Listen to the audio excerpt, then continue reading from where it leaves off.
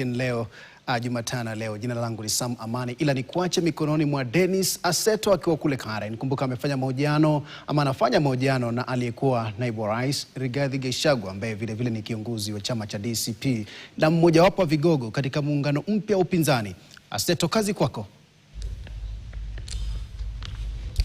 Naam, Sam Amani, ni kweli tutakuja mbashara tukitoka hapa Karen nyumbani kwa DCP party leader Rigathi Gachagua, tukikuwa na mazungumzo kadha wa kadha, tukizungumzia mambo tofauti, tukianzia na zile chaguzi ndogo ambazo zilifanyika hapa nchini. Ilikuwaje hizi na mambo mengi, tukizungumzia pia education, healthcare, security of the country, talk about debt in the country, corruption, and how Kenyans are going to Christmas, because Christmas is around the corner. As stated earlier, these are conversations that we'll be having with DCP party leader Rigathi Gachagua, former deputy president and key principal in the united opposition. Just how united is the opposition? Part of the conversation that we'll be having right here. Bwana Rigathi, welcome as we continue to have these conversations. It is what Kenyans want to hear. What happened in the by-election? This as we even go deeper to just find out about what is his view on the by-election that happened. Does he trust IEBC? Do Kenyans trust IEBC? And even as we proceed towards 2027, what needs to be fixed? What must be done? Will they be going to the courts? How will they be having these discussions? Bwana Rigathi, karibu as we continue to have these discussions right here from his premises in Nairobi. Yes, Dennis, how are you? Welcome. It's been a while. Karibu sana. Yes. Uko salama lakini? Salama, nashukuru, sijui. Mimi niko salama. Niko mzima. Nashukuru kukuona. Thank you. Yes, so Bwana Gachagua, welcome to this conversation that we're having. It is exclusive on KTN. And even as we start to have this discussion, right, we are just off the by-election, and the DCP managed to garner 3 seats. You know, you've said it is a party that has been there for 7 months and has performed well. But if we, on the converse, we look at other positions, better not, it was expected that DCP or the united opposition would win Malava and Margarini as well. But just what's your view on the by-election? How would you rate it, as well as how would you rate IEBC? Thank you very much, Dennis, and most welcome. I'm very glad to have KTN here with me tonight. Your station has gained a lot of respect from the people of Kenya because of being objective and telling Kenyans as it is. Your sister newspaper, The Standard, is now the newspaper of choice because of good editorial policy, of being very objective, being straightforward and telling the people of Kenya the truth. And I want to encourage KTN and The Standard to continue, because objective journalism is good for our democracy, it's good for our country. So I'm very happy to have you here.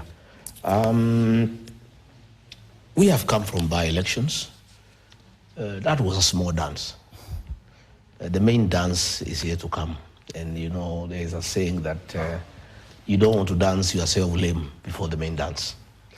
I am more concerned about the main dance, the one for 2027, the general election. The by-elections have come and gone, and they don't reflect the political situation in the country, really. Malava was a sham, Bere was a sham. It was not possible to have a free and fair election in those two constituencies because of the level of violence by the state and goons. In Malava, some people are even they silted their stomach and removed intestines. Some areas, skulls were broken and they removed the brain. And there was just too much violence in Malava and voter suppression. In areas where Seth Panyako was strong, goons under the supervision of police unleashed terror on the people of Malava. And even the candidate, Seth Panyako, was beaten up by police and goons. And IEBC is just quiet. I saw them the other day do a post-mortem, and the chairman never even made any reference to the level and amount of violence that was seen in Malava. The same way in Bere. We saw a cabinet secretary take over a polling station, beat up personally in a company of police and goons, overran a polling station, beat up the agents, beat up the clerks, the presiding officer, and went ahead to stuff ballots into the ballot box. And the IEBC is unconcerned. And in Narok, myself, I was met with a lot of violence by police on the 24th, during the last day of the campaign. Despite us having a scheduled rally in Narok town, the police barricaded all roads leading to Narok to stop me from getting to Narok to campaign for my candidate, Douglas Maskonde. But as it were, you know, I'm a villager. And a villager in his normal environment is very good. So I know my way around the villages. And the Maasai are also very good villagers. So with the help of the Maasais, they were able to map some routes for me to get to Narok from Ntulele. And I got to Narok in a helmet because stones were raining on me. Live bullets were directed to my car. There was just too much violence. So the by-elections really cannot tell you exactly the mood of the country politically, because the atmosphere of those by-elections was not conducive for a free and fair election. Mr. Gachagua, you've raised